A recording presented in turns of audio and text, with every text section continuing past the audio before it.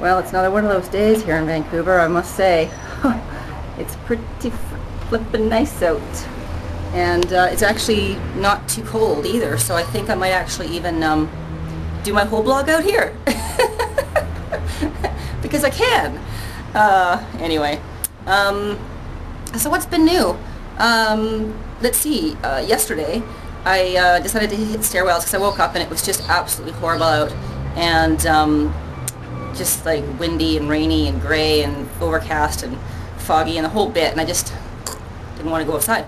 So I decided to hit the stairwells, and for anybody who may be new here, what I do is I live in a 21-story building, so what I do is I go to the basement level and I climb to 20 in the stairwell, and when I get to 20 I hit the elevator button, take the elevator down and do it again, and I do that 8 times. So it's 160 flights altogether, and by the end of it I'm pretty tired.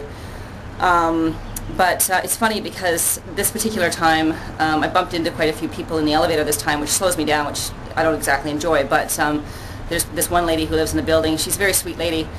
She's retired, so she helps out a lot of the people that live in the building, and there's one gentleman here who's seeing impaired, and she was helping him into the elevator, and as she was getting in she said, "Oh, we've got one of our neighbors with us and she climbs the stairwells all the time," and then so there of course the question started, "Oh, how many times do you climb the stairwells?" And, "Oh my God, are you kidding me? 8 times all the way to the top? Holy crow!" And you know, so people hear what I do and they think, "Holy moly, how does she do that?"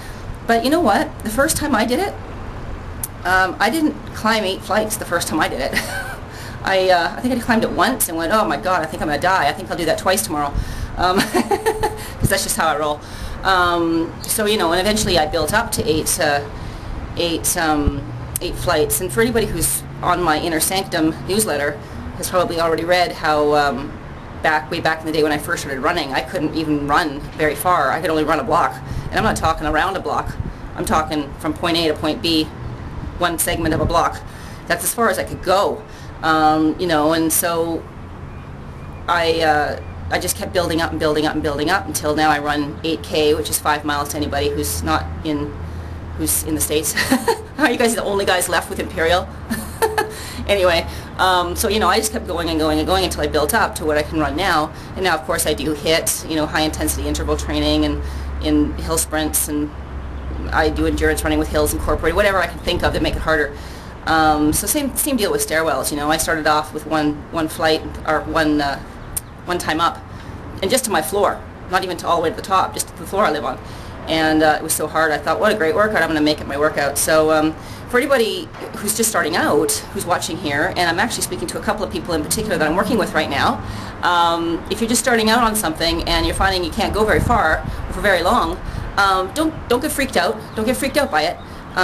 Your body will adjust. Keep plugging. Don't get frustrated. Just keep the faith that if you keep going, your body will adjust and you will be able to work up to longer and harder levels eventually, and working towards better health and better fitness and all that stuff. So don't get frustrated if you don't feel like you can go far or long yet, because you will be able to if you keep at it. That's an absolute guarantee.